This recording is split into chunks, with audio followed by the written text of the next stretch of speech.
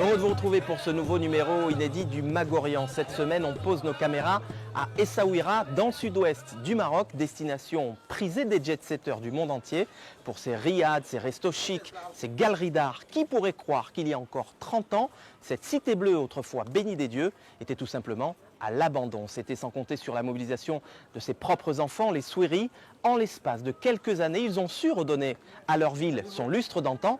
Alors comment, me direz-vous? Eh bien tout simplement en allant puiser dans ses ressources naturelles, dans ses ressources ancestrales d'une ville plurimillénaire faite de dialogue, d'ouverture entre les cultures et les religions. Cet ancien comptoir n'exporte plus son pourpre, mais un modèle de coexistence dans notre monde qui se déchire. Essaouira l'a bien dessiné, raconté par celles et ceux qui y sont nés, comme celui que l'on surnomme ici le sage de Mogador, André Azoulay, conseiller du roi et artisan du renouveau Orient en immersion à Essaouira, avec les reportages exceptionnels de Johanna Binder, de Marie-Charlotte Roupi et de Léa Berdugo sur les sublimes images de Soufiane Bouhaili, de Smaïl Fatrallah et de Mounaïm Al-Karmani. Tout de suite, retour en images sur l'histoire d'Essaouira Mogador. C'est avec Marie-Charlotte Roupi.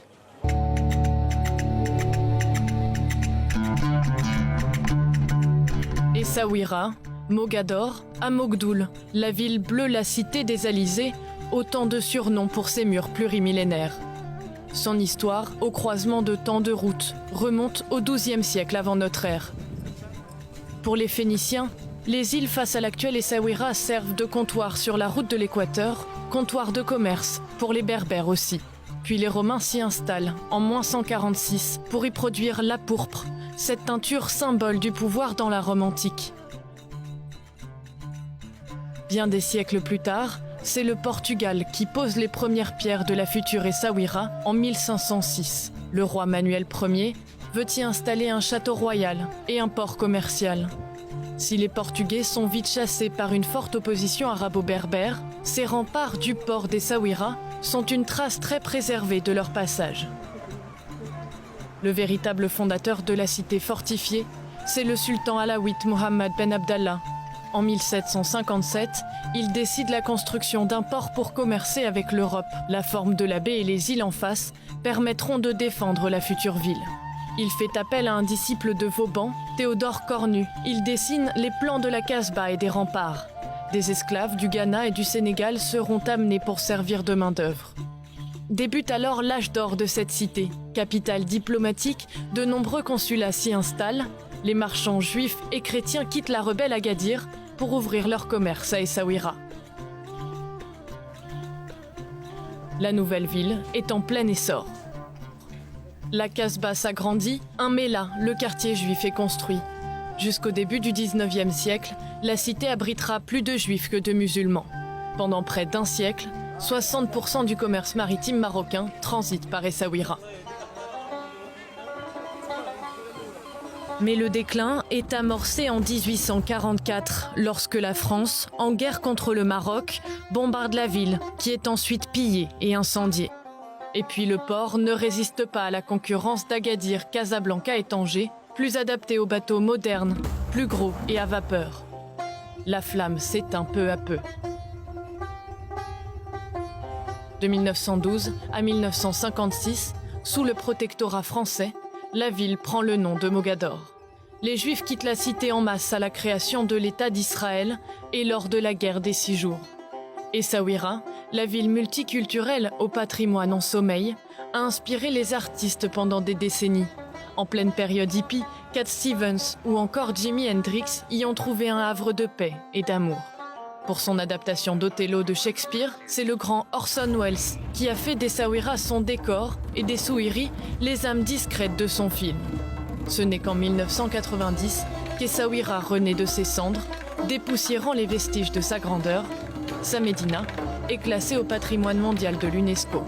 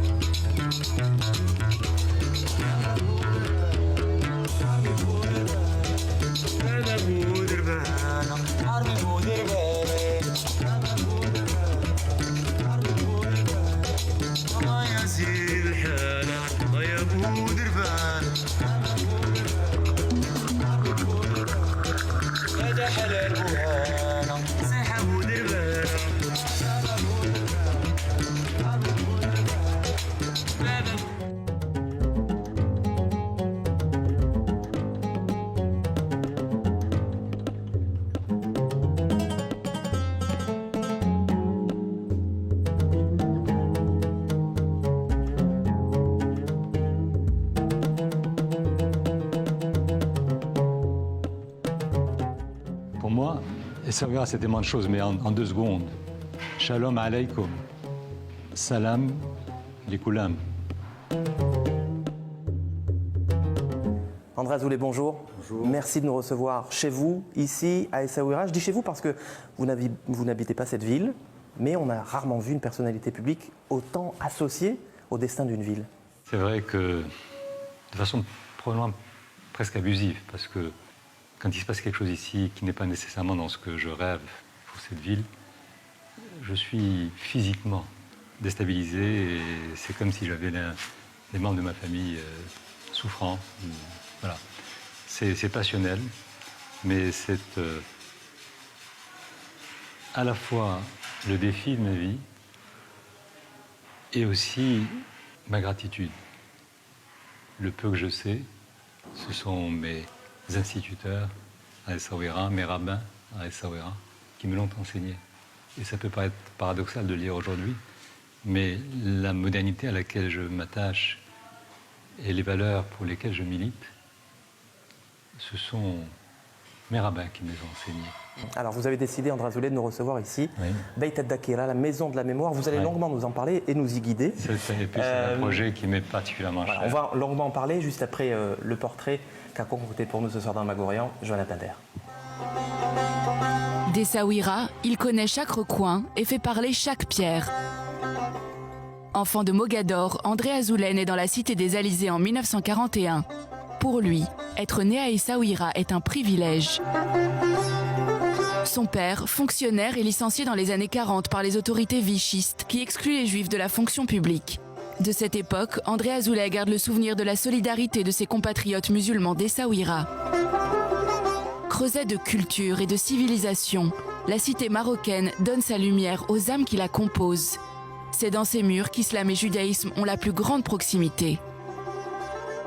Ce rayonnement d'Essaouira, formé des peuples qui l'ont sillonné, André Azoulay le porte très tôt.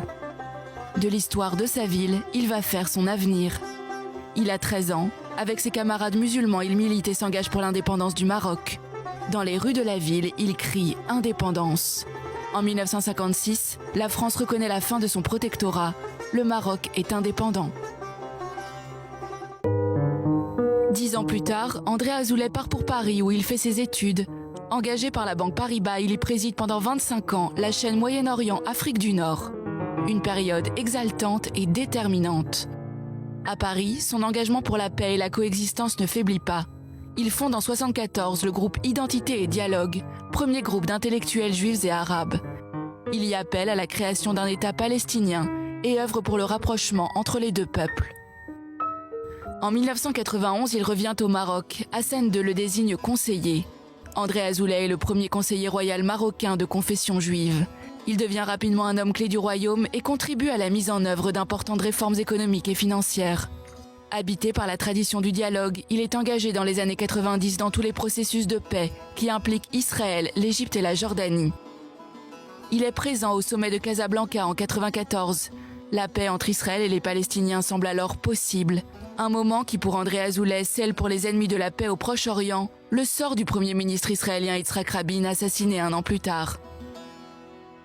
Enraciné dans l'histoire d'Essaouira, modèle de diversité culturelle et religieuse, André Azoulay fonde à Séville la Fondation des Trois Cultures et des Trois Religions. Le Maroc y confirme son engagement en faveur de la diversité.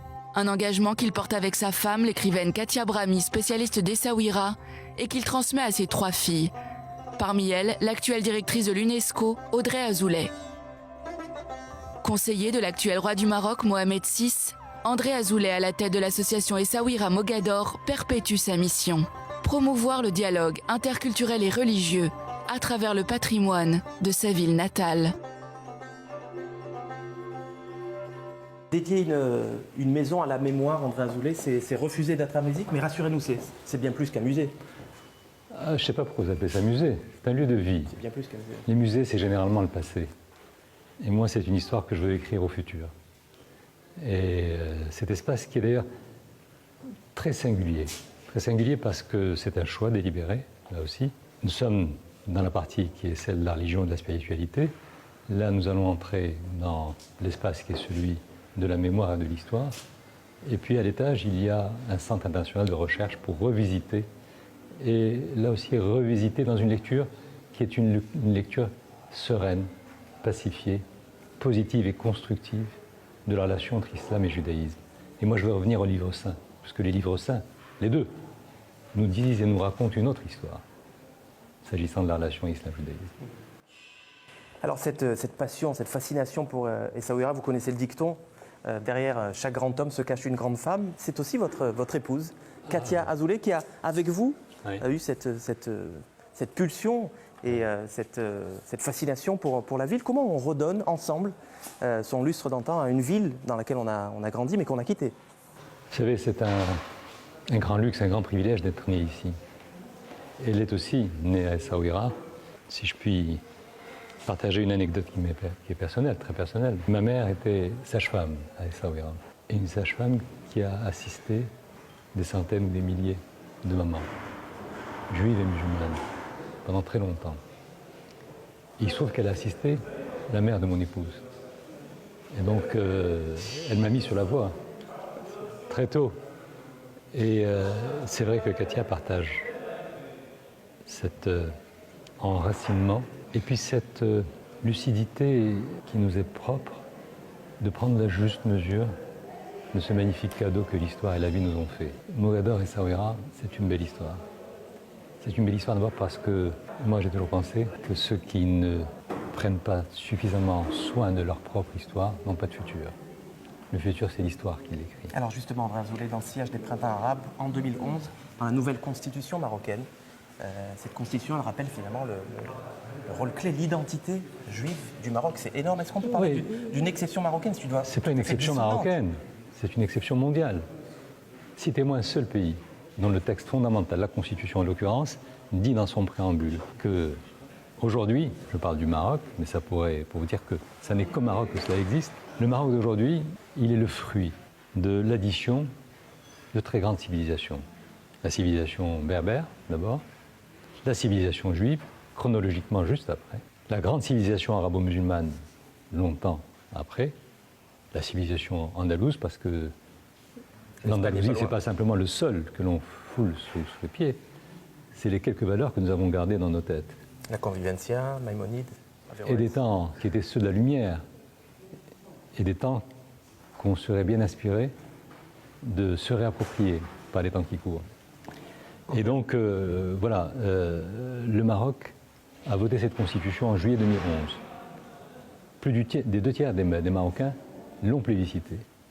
Et nous sommes les seuls à dire, à appeler les choses par leur nom et à revendiquer cette capacité qui est la nôtre, à la fois d'additionner plutôt que de fracturer ce que font les autres. Et cette lucidité, André Azoulay, je me sens responsable d'avoir un tel cadeau de la vie, là où les autres se tournent le dos. Dans le cas le plus, je dirais, le plus pacifique. Et donc je dis, il faut qu'on le sache.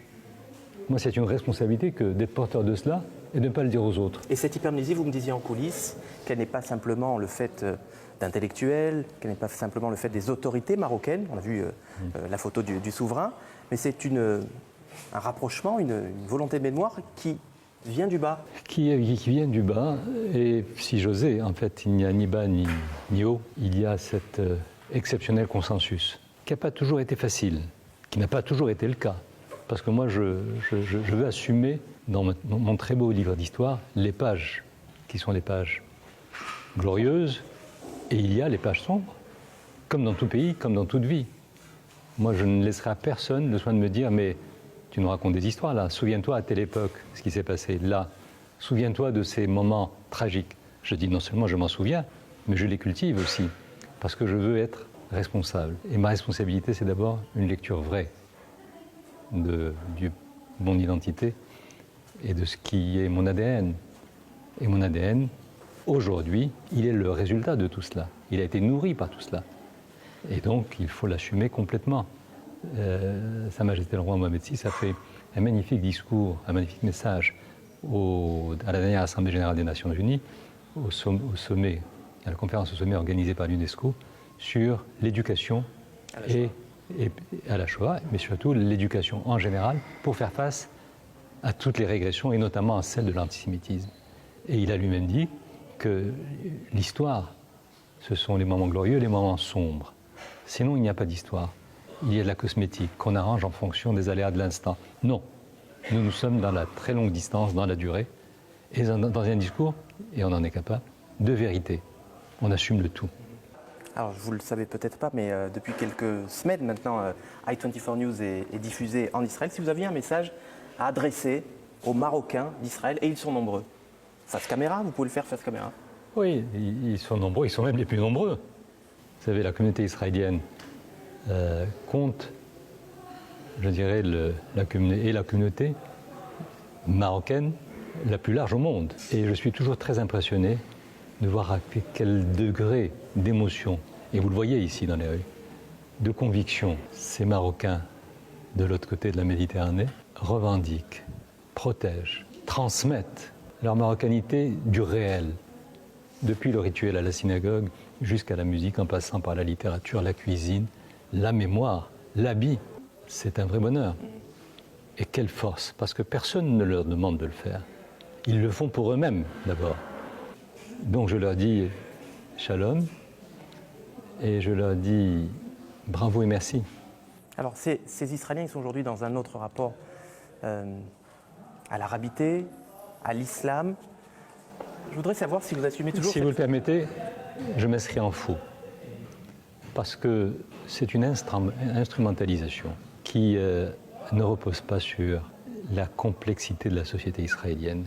Est-ce que le Maroc, de par cette exception dans le monde arabe, peut aujourd'hui, comme hier, jouer les rôles de médiateur dans le conflit israélo-palestinien? C'est le Maroc, je le disais tout à l'heure, a été un acteur pionnier, visionnaire, et depuis plusieurs dizaines d'années, pour redonner ses chances et pour donner ses chances à la paix. Lisez ce que sont les déclarations de notre souverain, lisez ou analysez la stratégie de la diplomatie marocaine, vous y verrez une continuité singulière. Mais il ne faut pas y voir d'altruisme ou de position politicienne. Ça correspond à quelque chose qui est profondément ressenti et qui est sur un socle qui est celui, encore une fois, de la coexistence entre deux États, égaux en dignité, égaux en justice. J'y crois en tout cas, d'autant plus que ça me paraît être le seul gage que l'on puisse donner aux enfants d'Israël aujourd'hui, pour leur futur, à eux comme à leurs parents, pour vivre en paix demain. André Azoulay, merci de nous avoir reçus dans cette maison de la mémoire, chez vous, ici, à Beit Hadakela. Merci. En tout cas, la paix juif et arabe la chante depuis longtemps. À Essaouira, sur une même scène, ils partagent et célèbrent un patrimoine commun, le répertoire judéo-arabe, dans le cadre du Festival des Andalousies Atlantiques, dont vous êtes l'initiateur, Monsieur Azoulay. Oui, est-ce que je peux dire un mot là-dessus? Allez-y, bien sûr. Mais c'est le seul espace, c'est le seul festival au monde où islam et judaïsme se donnent rendez-vous pour se retrouver, pour chanter ensemble, pour jouer de la musique ensemble, souvent pour s'embrasser les uns les autres. Pour moi, en tout cas, c'est suffisamment exceptionnel pour être souligné. Totalement exaltant, mais parce que nous sommes les seuls à jouer dans cette division. La 15e édition du Festival des Andalousies Atlantiques, Johanna Binder s'est jointe aux festivités.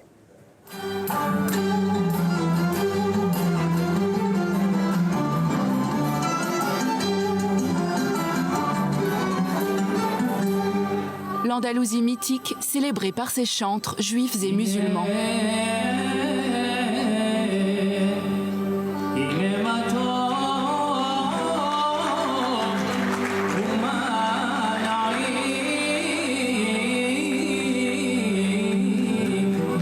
Concert des âmes et des cultures sur les scènes de Mogador.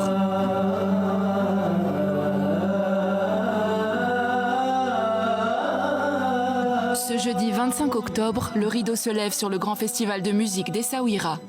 Pour ouvrir les festivités, la maîtresse de cérémonie s'adresse aux festivaliers venus d'Israël dans leur propre langue. ערב טוב וברוכים הבאים לפסטיבל אנדלוסי אטלנטיק. כאן באסאווירה, מרוקו. עיר שמעניקה לנו הזדמנות לשבת ולשיר יחד יהודים ומוסלמים. La note est donnée, sa partition, celle de la fraternité. Pendant 3 jours, artistes juifs et musulmans, israéliens et arabes jouent, chantent et célèbrent ce répertoire musical qu'ils ont forgé ensemble au fil des siècles au Maroc. Une rencontre d'un genre unique qui n'a lieu nulle part ailleurs.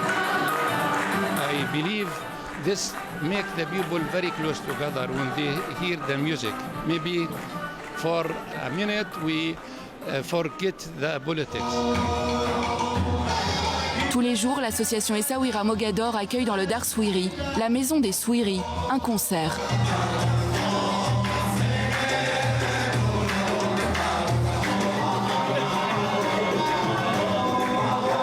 Ce soir, c'est l'ensemble Apiyut.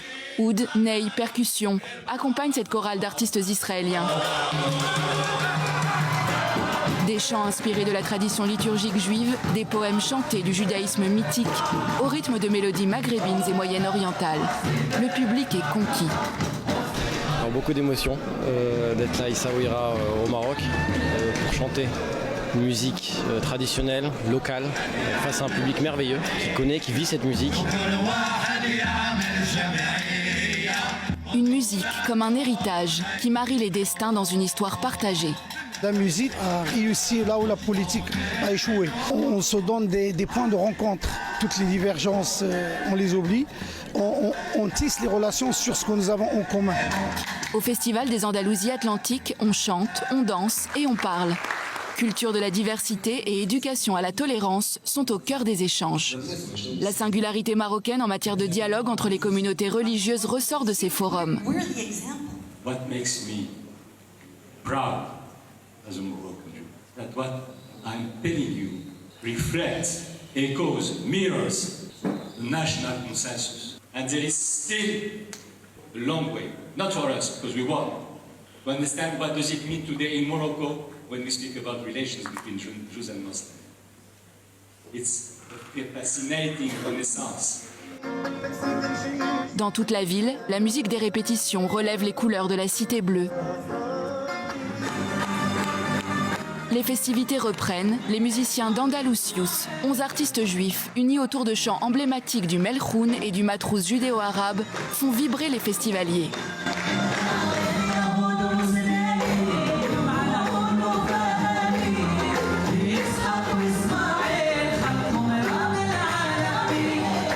זה קצת קלישה, אבל הרבה תקווה לשיתוף הזה, למרחב המשותף, לביחד, לשלום. מוזיקה זה דבר טהור, נקי. Le temps d'un concert, le Maghreb s'unit. 3 chanteuses, marocaines, algériennes et tunisiennes, racontent leur contrée.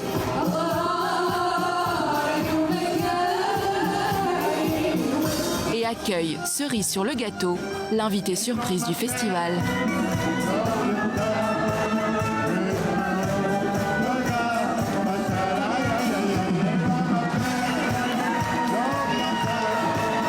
Ce soir, c'est un rêve que je suis en train de réaliser.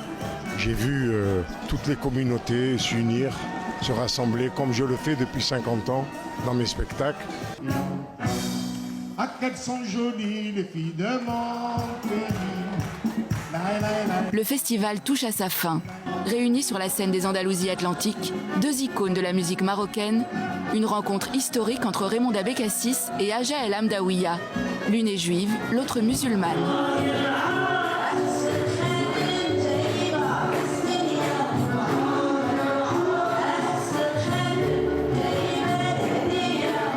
Dans mon mellah à moi, j'ai grandi avec les musulmans et les juifs en même temps. Que c'est nous qui allons faire le shalom. Chab, lui-même, qui va faire le shalom. C'est pas les politiciens, je les crois pas.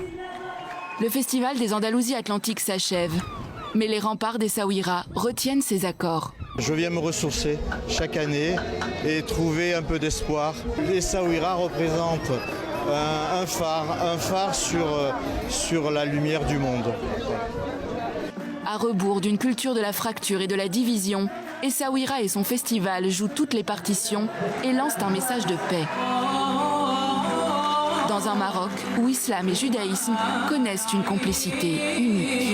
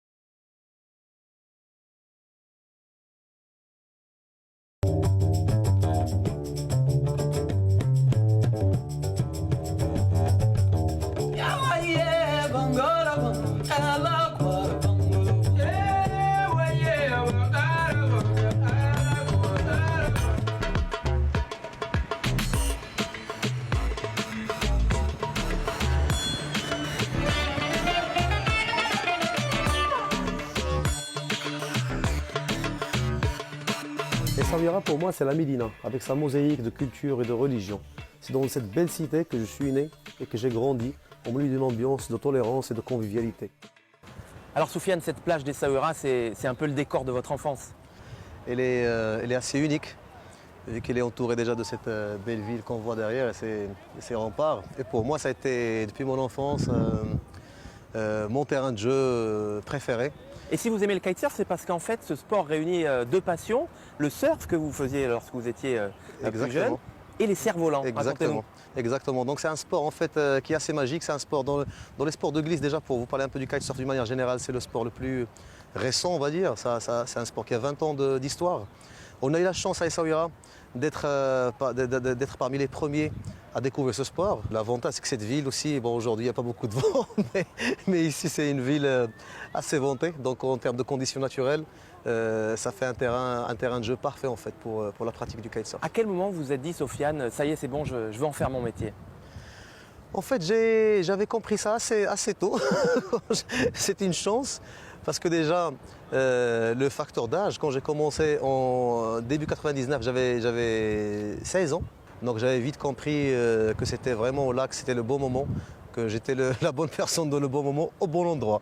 Donc j'avais tous les éléments réunis pour vraiment en faire de ça ma profession. Vous me racontiez en coulisses que vous veniez d'un milieu très modeste. Quand vous avez annoncé à vos parents que vous vouliez être kitesurfeur, comment ont-ils réagi? En fait, ça c'est assez marrant parce que j'ai grandi dans la Médina qu'on voit derrière. Avant, Essaouira, la ville était vraiment plus réduite vers la Médina.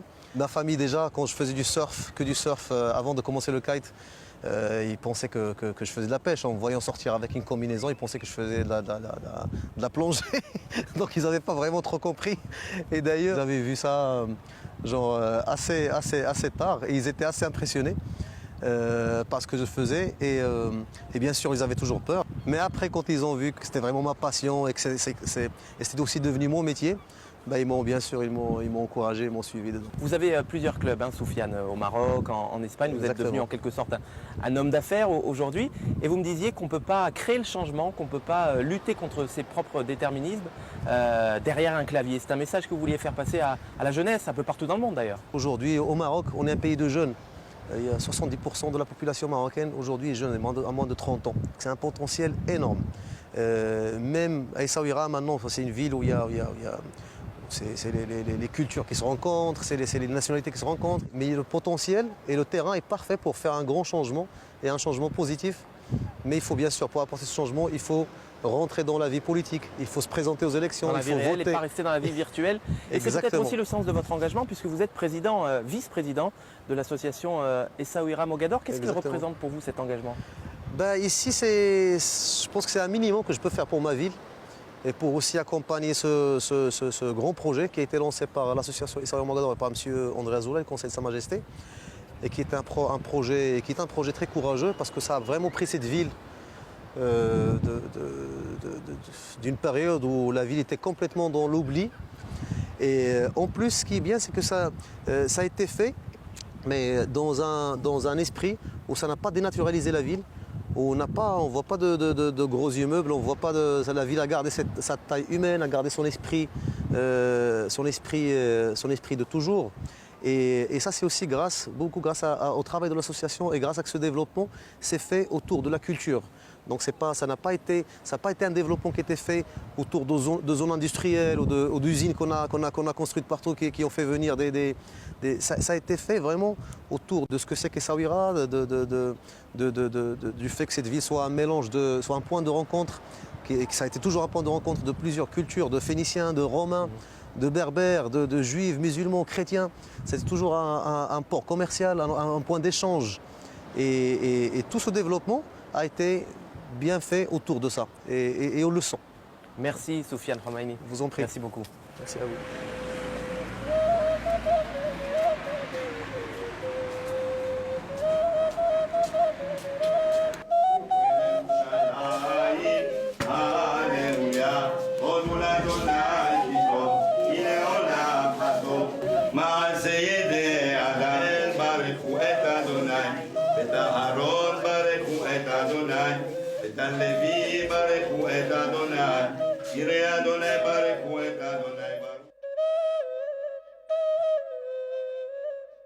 Ah, si seulement ces pierres tombales pouvaient parler, elles nous raconteraient l'histoire plurimillénaire des Juifs d'Essaouira, du rabbin Haïm Pinto à l'écrivain Edmond El-Maleh. Car il fut un temps, pas si lointain, où les Juifs étaient majoritaires à Essaouira. Il y avait, dit-on, dans la cité d'Azalizé, quelques 37 synagogues.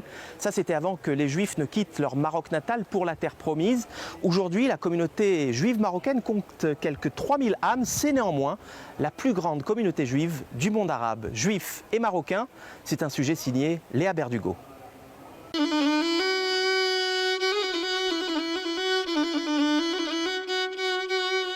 Tradition, musique, cuisine, superstition, au Maroc, juifs et musulmans partagent un patrimoine commun, car la présence des juifs dans le royaume est millénaire, elle est même antérieure à l'islam.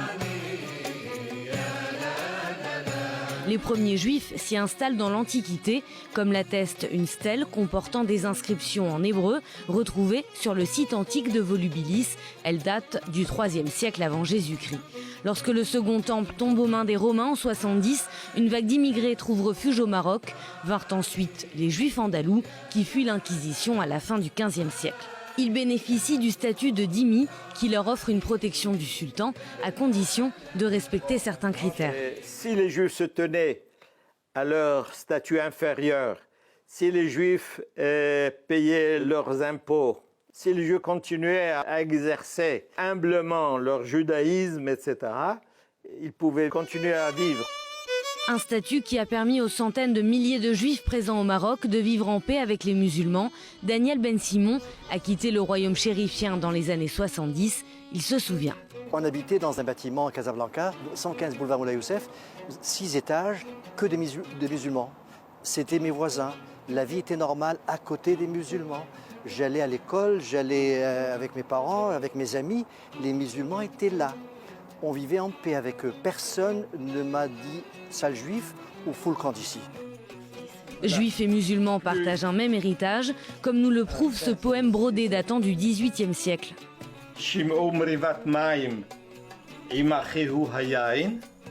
En hébreu, donc la double culture, elle s'inscrit même dans l'écriture poétique.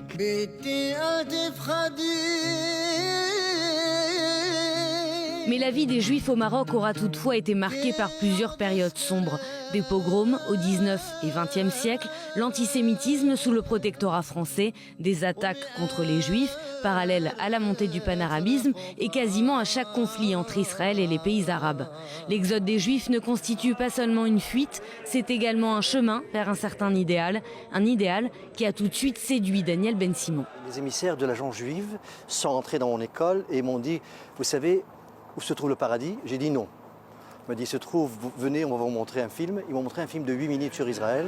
Ce sionisme, inculqué depuis l'enfance, aura poussé 80% des Juifs du Maroc à émigrer en Israël.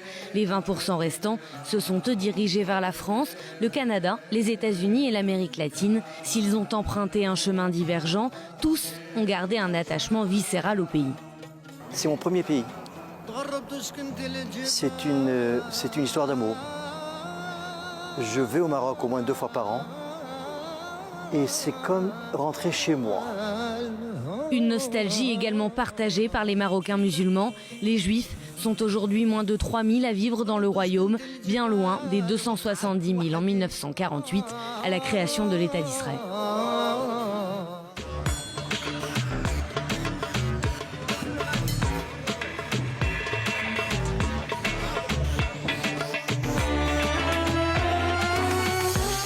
Pour moi, Essaouira, c'est un exemple de coexistence entre toutes les religions ou non-religions. Et aujourd'hui, il y a un revival de cette vie ensemble de juifs et de musulmans.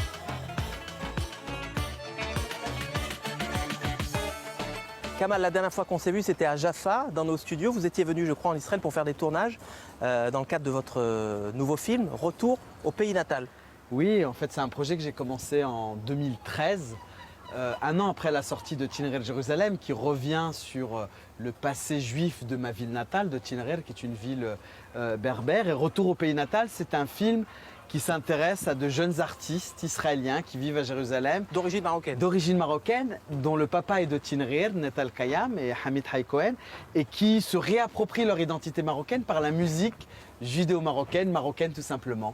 Et j'espère, Inch'Allah, Bezrat Hashem, que le projet sera prêt pour mars 2019. Alors, vous avez fait quand même plus de 2 heures de route pour venir de Marrakech à Essaouira, un festival qui célèbre la coexistence judéo-arabe, judéo-berbère. Vous pouvez pas rater ça. J'avais l'idée de Tineret Jérusalem et c'est à ce festival-là, dans les forums de Dar Soueri, où chaque matin nous discutons entre 10h et 13h de nos identités plurielles et de nos musiques métisses, où c'est la première fois que j'ai parlé publiquement de mon désir de raconter cette histoire de l'exil des Juifs de Tineret. Et effectivement, depuis 2007, je suis un fidèle de festival parce que c'est un festival intimiste, un festival humaniste où on rencontre des gens du monde entier. Des juifs, des musulmans, des chrétiens, des agnostiques, des athées qui reviennent se ressourcer dans ce lieu qui pour moi est un symbole de fraternité humaine. Kamal Ashkar, vous êtes né au Maroc, mais vous avez grandi en France puisque vos parents ont immigré lorsque vous aviez 6 mois à peine. Tout à fait. Et vous me racontiez que votre identité marocaine, finalement, vous vous l'êtes réappropriée en revisitant le passé juif de votre pays. Oui, tout à fait. Moi, je suis né dans une maison en terre à Tinrer, dans la vieille ville, dans une casbah à Mazir. Et donc j'ai grandi en France, dans la campagne française. Et chaque été, je revenais au Maroc.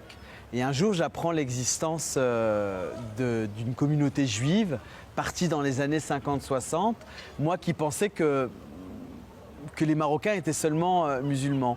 Et donc j'ai voulu en savoir plus, et moi aussi, donc par cet intermédiaire, par ce juif absent qui est parti, qui s'est volatilisé en quelque sorte, j'ai pu me réapproprier aussi une grande part de mon identité marocaine et amazigh. Vous venez de recevoir, Kamal, le prix de la culture amazigh pour un film que vous avez réalisé sur l'amour berbère. Vous avez reçu à ce sujet. Qu'est-ce que ça signifie pour vous d'être amazigh et comment vous expliquez cette fascination, parce qu'on la voit bien ici à Essaouira ou ailleurs, cette fascination des Berbères, des Amazirs pour le peuple juif, pour Israël même parfois? Moi, quand je défends cette question-là, je ne la défends pas d'un point de vue nationaliste ou d'une posture de victimisation. On a été marginalisé. Certes, c'est aussi un fait historique où pendant très longtemps, la culture amazigh a été longtemps folklorisée, longtemps marginalisée. Mais aujourd'hui, il existe un revival de cette culture. Et l'amazirité, pour moi, c'est un ensemble de rites, d'un rapport au monde qui est différent, d'une civilisation qui a donné des Saint-Augustin, ce chrétien amazigh, qui a donné de grands juifs amazirs qui ont été des grands rabbinim, des gens du Baba Saleh était un shleh, un amazigh. Et c'est aussi des intellectuels aujourd'hui, des artistes, des chanteurs. Et donc le Maroc, il est africain, il est méditerranéen, il est amazigh, avec d'autres substrats. Et donc pour moi, c'est donner une valeur tout simplement, pas nationaliste, mais poétique, en tout cas ce que j'essaye de faire modestement, à travers mon cinéma, de donner une valeur à une culture qui a été longtemps marginalisée. Allez, dernière question, Kamal Ashkar, un brin provocatrice. Il y a aujourd'hui quelques 3000 juifs environ qui vivent encore au Maroc. Est-ce que vous n'avez pas le sentiment parfois d'être le gardien d'un grand musée, magnifique certes, mais qui reste un musée? Et que faudrait-il faire pour que demain ce musée devienne vivant? Moi, je suis un optimiste réaliste. Il y a des juifs allemands de la nouvelle génération qui sont des sabras israéliens qui sont partis vivre à Berlin. Je suis un franco-marocain ayant baigné dans la modernité, dans la campagne française, venant d'un bled au Maroc dont je suis très fier, Tinrer, et qui, après plus de 30 ans en France, a décidé de venir aussi apporter ma petite pierre à la société marocaine. Donc moi je dis à ces jeunes Israéliens, Montréalais, Américains d'origine qui ont des racines marocaines, marhaba bekoum, baruch haba, c'est leur maison aussi, et qu'on est aujourd'hui dans la mondialisation. Ce qui est incroyable dans ce pays, c'est qu'évidemment, tu l'as dit tout à l'heure, en 2011, on reconnaît pour la première fois l'identité juive comme partie prenante de l'identité marocaine. Et il y a des jeunes juifs qui reviennent. Alors, ce n'est pas le mouvement de masse. Moi, pour répondre à ta question provocative, j'appelle à une Aliyah renversée et je souhaite pour notre diversité, parce que j'ai pas envie de vivre dans un ghetto et je suis fier de cette pluralité amazigh, arabe, andalouse, sahraoui, juive, et c'est ça qui constitue le Maroc, et c'est nous l'avenir dans une société où il y a un repli communautariste, où il y a une montée de l'extrémisme souvent religieux malheureusement de tous les côtés, et moi je milite voilà, pour des Andalousies recommencer comme le disait le grand historien Jacques Berck. Allez Kamal Ashkar, gageons que votre appel soit entendu parce que vous savez que désormais i24 News est diffusé en Israël où nous regardent de très nombreux Israéliens d'origine marocaine. Merci Kamal. Merci.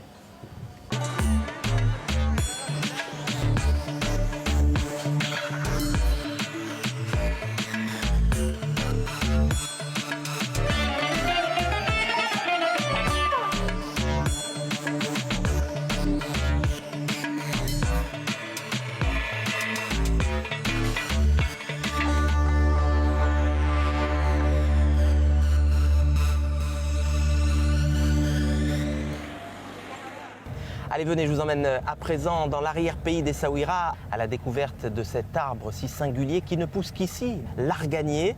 Depuis des siècles, des femmes extraient de ses fruits une huile recherchée pour ses saveurs, pour ses bienfaits sur la peau, un élixir ancestral qui s'exporte aux quatre coins du monde.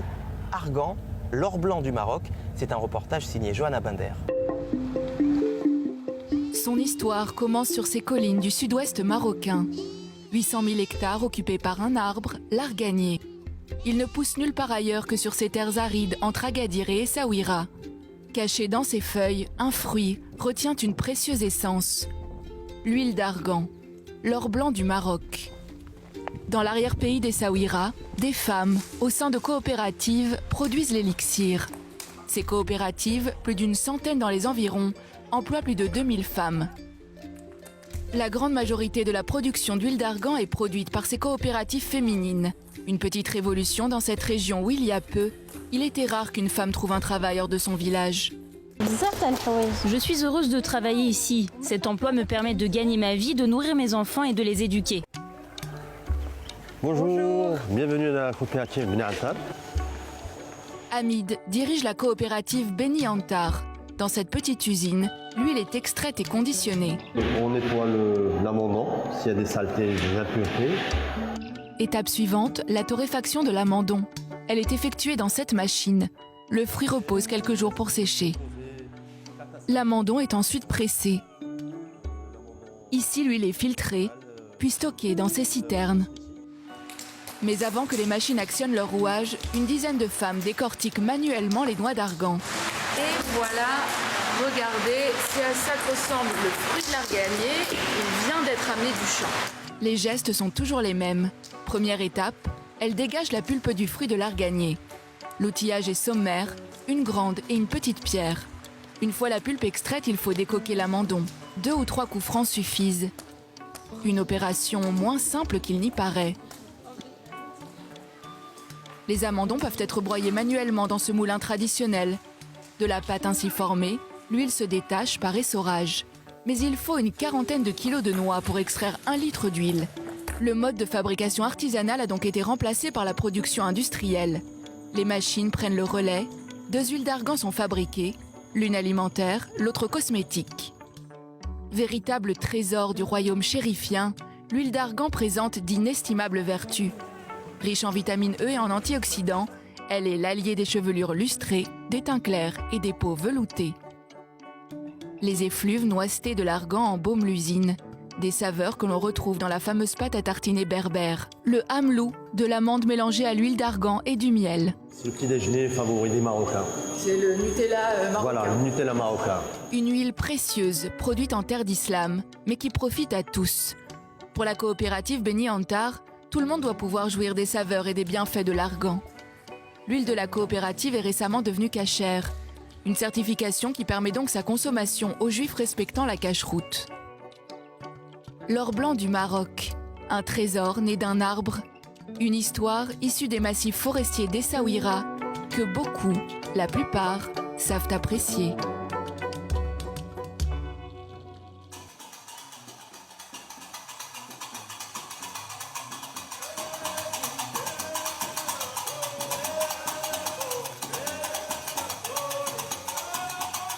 pour moi, Essaouira, c'est le cœur de la culture gnawa. Mourtar Gania, bonjour. Merci de nous recevoir dans votre zaouia ici à Essaouira. Vous êtes Marlem. Marlem, c'est le maître de la musique gnawa. Comment on devient Marlem? Pour l'histoire de Marlem, c'est pour l'école de Gania, la famille Gania. Je commence le premier avec mon frère Mahmoud, mon père. Je commence avec le castanite. Moi, je reste avec Malem, ça fait 30 années que j'ai joué le castanite. Après, la danse. Après, j'ai dépassé la danse. Après, 20, là, je me fais l'âge de 20. Et il donnait un peu le guinbré parce que j'ai joué pour la musique de trance. J'ai joué 4 ou 5 morceaux. Mais les autres années, j'ai donné plus de ça. C'est comme ça, je me fais l'âge 22, 24. À la fin, c'est une musique, c'est une musique médicament. Pascal Hamel, bonsoir. Vous êtes romancier, écrivain d'art. Vous avez été le premier directeur artistique du festival Gnawa ici à Essaouira. Et vous nous avez donné rendez-vous dans cette maison sacrée. En quoi est-elle sacrée, cette maison, cette zaouia? En fait, c'est le lieu où se déroulent les principaux rituels des Gnawa, parce que le principal étant la lila, la nuit sacrée. Et c'est aussi un lieu où les Gnawa d'Essaouira, les familles des Gnawa d'Essaouira, peuvent recevoir les Gnawa qui sont dans les autres villes marocaines. Le Gnawa, c'est un peu le blues avant le blues. C'est une musique d'esclaves. Alors sur la question, si vous voulez, de l'esclavage, il faut être nuancé. C'est, disons, historiquement, il y a eu, bien entendu, ce qu'on a appelé le trafic saharien, les pistes caravanières, où il y a eu un certain nombre, disons, un échange entre des denrées de l'Afrique du Nord contre, essentiellement par rapport au sud du Sahara, de la poudre d'or et des Noirs qui étaient captifs, dont certains, effectivement, étaient esclaves. Mais, pour ce qui concerne le Maroc, il y a deux autres catégories qui sont importantes. Il y a on peut dire des Gnawa, disons, avant d'être Gnawa, des Noirs de la région du sud du Sahara, Mali, Sénégal, Burkina Faso, etc., qui étaient attachés à une maison, si vous voulez, ou à un domaine. On peut davantage parler de statut de servitude. Et enfin, il y a une troisième catégorie qui, elle, n'a plus aucun rapport avec l'esclavage. C'est que, comme vous le savez, les sultans du Maroc ont toujours constitué leur garde royale de Noirs. Or, lorsque vous apparteniez à la garde royale de Moulay Ismaël ou d'autres sultans qui lui ont succédé, vous n'étiez pas du tout dans un statut d'esclavage. Est-ce que vous pouvez nous expliquer un peu de quoi est fait cet instrument? C'est le guinbré, c'est un instrument, c'est l'instrument de guinbré de musique gnawa. C'est le guinbré, il faut chercher le bon bois, c'est le bois des noyers. Un bois de noyer. Qui donne le bon son. Le son c'est bon, aussi c'est voilà, ça. Je cherche le pot, c'est le pot de chameau qui est bon pour le guinbré. C'est le pot de chameau, c'est bon. Aussi c'est le corps, c'est le voyant des chèvres. Des boyaux de chèvre. Et pour le manche? C'est la manche, aussi la cajou. Alors, il y a le guimbri, il y a le tambour, et puis il y a les crotales, ces espèces de castagnettes qu'on appelle comment? Les krakeb, c'est ça? Le krakeb. C'est le krakeb. Moi, avant, il y a beaucoup de malmines ici qui travaillent pour le krakeb. Ils préparaient les sauces de krakeb. Et maintenant, j'ai demandé le krakeb à Marrakech. Et Pascal Hamel, cette synthèse-là, nous disent les musicologues, cette synthèse entre les sons très graves de la basse percussive du guimbri et des castagnettes qui crée au fond quelque chose qui permet d'entrer en transe.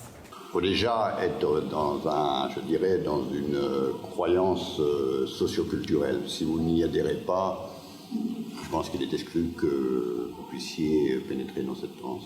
Donc, mais à part cela, à part ce fait socioculturel, bien sûr, il y a la fréquence entre un son extrêmement sourd, grave, intérieur, je veux dire, qui crée ce son si spécifique du guimbri, qui est comme une basse organique, une basse de cœur. Et, bien entendu, son inverse, son opposé, c'est-à-dire un son extrêmement aigu, percussif, répétitif. La confrontation ou plutôt la simultanéité de ces deux instruments, sourd, grave, aigu, percussif, crée une fréquence qui fait correspondre les deux hémisphères du cerveau, qui crée un terrain de prédisposition pour sombrer, sinon dans la transe, du moins un état modifié. Pascal Hamel, merci de nous avoir reçus dans cette Zaouïa d'Essaouira et on va se quitter évidemment avec quelques notes de Guembri. Merci.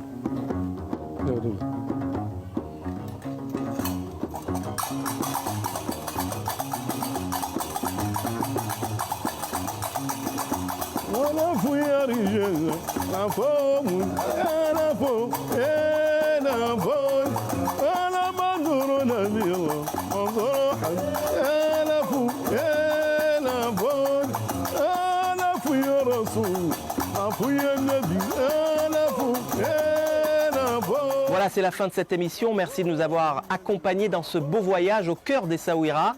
Au nom de toute la rédaction du Mag-Orient, un immense merci à l'association Essaouira Mogador et son président fondateur André Azoulay. Merci infini également à Tarek Othmani et Kautar Shakir pour leur aide si précieuse. Je vous dis à la semaine prochaine. Shalom, salam. Shalom, salam. Shalom, salam. Shalom, salam. Shalom, salam. Shalom, salam. Shalom, salam. Shalom, salam. Shalom, salam. Shalom, salam.